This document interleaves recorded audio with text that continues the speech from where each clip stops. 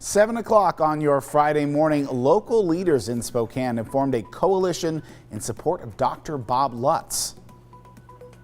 And there were over 5,000 pages of comments. So I've never seen an issue in Spokane where a board got 5,000 pages of comments of people. Coming up, a former Spokane City Council president tells us about the outpouring of support he has seen for our former health officer. Tom's Turkey Drive is now underway. This morning, how you can help feed 11,000 families this Thanksgiving. And it's a little bit chilly out there this morning, so do get the coffee, but also be ready to scrape your windshield. I'll let you know why.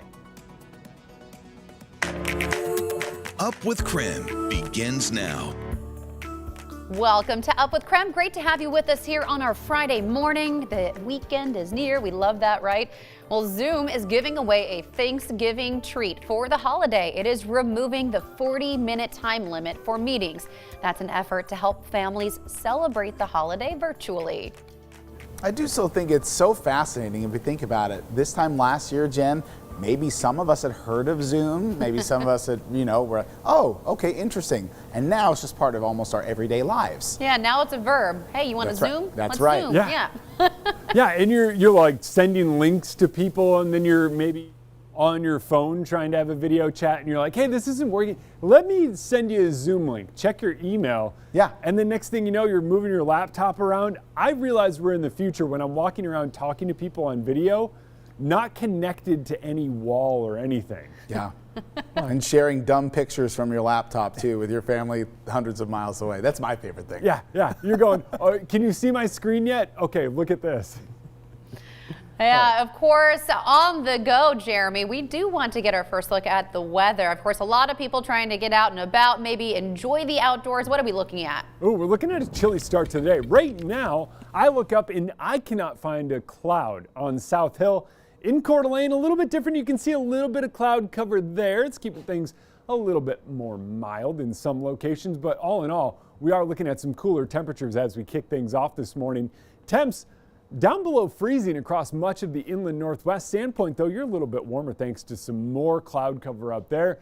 But those cooler temperatures are cold enough that we are seeing frost on windshields. And, well, I can see a car right here. And if you're parked in the parking lot with a white car, yeah, you've got plenty of frost if you're trying to leave. So know that it's going to be a frosty start to the day.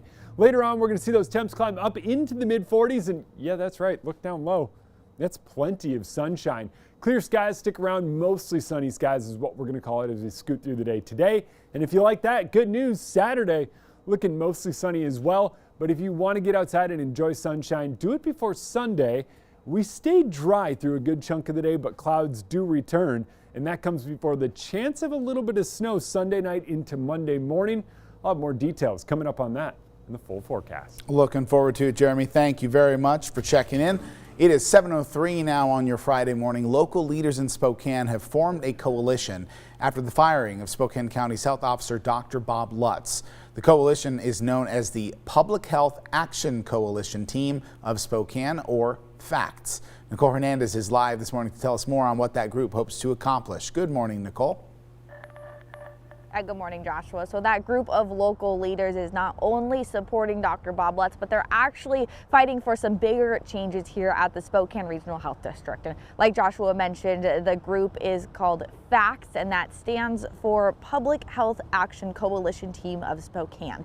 There's a lot of different Spokanites in this coalition at this point, everything from lawyers to educators to medical professionals.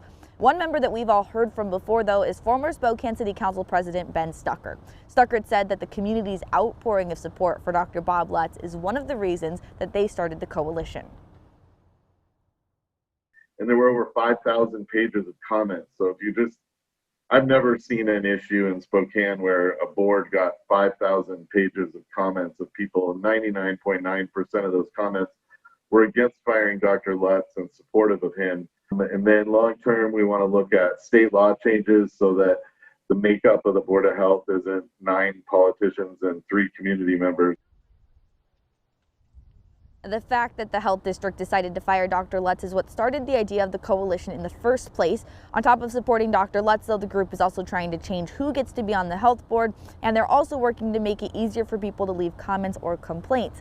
Then the last thing that they're working on is they're trying to make sure that the regional health district follows rules and guidelines based on a resolution that they passed last year about racism and equity.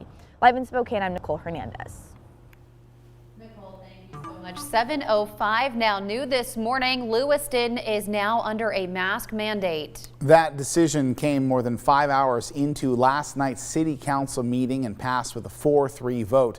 And it also came the same day the Panhandle Health District approved their own mask mandate. Also, face masks are once again required in North Idaho. It applies to all 5 counties in the top of the state. Panhandle Health board members voted to rescind the mask mandate last month, but yesterday board members both for and against it were heard during the meeting.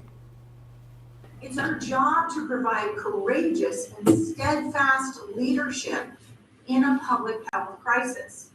It's our job to save lives. Jay, it sounds like a lot of good scare tactics, but I disagree with the mandate saying you will under penalty of law.